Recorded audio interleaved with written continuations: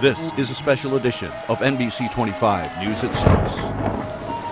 And good evening, everyone. We begin our coverage tonight in Flint Township on Mentola Avenue, a residential community probably this morning called Lake Mentola Avenue. The entire area behind me was covered underwater. Now the water is beginning to succeed, and the residents here on Mentola, which is right near Corunna Road, a very busy M21, and to my east, to my left is 75, only about 2 miles that way. So we're on the western edge of Genesee County. Well, residents up and down this stretch of Genesee County struggling right now to put their lives back in order after an incredible 24-hour bout with Mother Nature.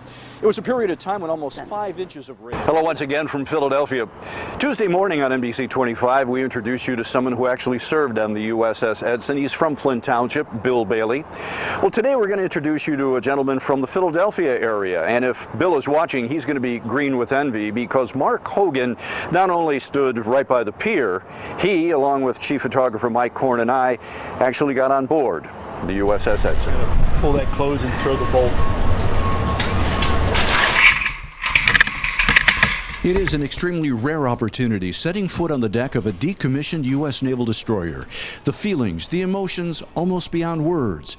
And for Mark Hogan, who served on the Edson in the mid-70s, actually being on board brings back a lot of memories. I've seen a lot of miles on her. Does Mark hope someday to make the trip to Bangor Township to see the Edson? He says it's definitely on his wish list. Meantime, the Edson getting set to depart, scheduled to leave around 11 o'clock. We'll be here to watch that. In Philadelphia with Chief Photographer Mike Korn, Bill Harris, NBC 25 News. Bill, first of all, tell me your reaction and what you've been able to determine from this whole police situation as far as the state police go. Well, pretty much the way what Brittany has just described, the situation is a very serious one, and I want to underscore right off the bat here, Joel, that there is no such thing as a routine traffic stop. It's not in my vocabulary, having associated with the state police for, well, all of my 35 years in broadcasting. Each traffic stop is taken very seriously because they are very dangerous, as was evidenced in this incident last night. The trooper, I'm hearing the injuries were quite severe in terms of... Except for what police tell us were only a couple of minor skirmishes to arrest, there were no major incidents. And while the crowd numbers here have decreased significantly in the past couple of hours, there still is a large police presence here, both inside and outside, especially just across the street from where we're standing, right across from the Capitol at a state office building which houses the office of Governor Snyder. How long that police presence is going to maintain here still remains to be seen. Live in Lansing, Bill Harris, NBC 25 News. Jane? All right, thanks, Bill. We'll check back in with you in a little bit. Well, it's a memory that the latest group of state police recruits who graduated just last Friday will not soon forget. Exciting? Yes. But as I watched and documented for the past 19 weeks, that is where most agree the fun ends. I've always wanted that badge on my chest, and the day I get it, it'll be a great experience. Trooper Brian D. Savard.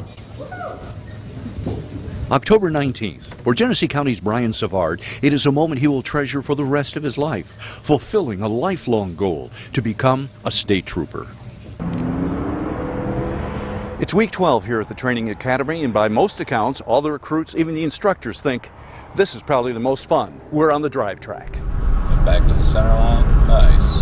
Well, you actually got to experience it with me. The drive track was a lot of fun. There you go, shuffle. There you go. Squeeze gas, staying out, roll in. Good. You feel like a little kid, though. It's the little stuff you haven't experienced in a while. Every night when I go to bed, I'm glad I'm there. And then 7 hours later when I'm getting up at 5 in the morning, I'm like, oh man, why am I here? But for Brian, that question is rhetorical because he knows and firmly believes the answer, the words of his father. And he just said, tough it out. It's the best career you can make, and it's the best department you can work for, and he's living proof and just following his footsteps. And sitting alongside Brian for much of the 19-week recruit training was Fenton resident Alicia Sonderegger. Like Brian, Alicia's mental and physical abilities were also challenged to the max. We'll have her story for you tonight, NBC 25 News at 11.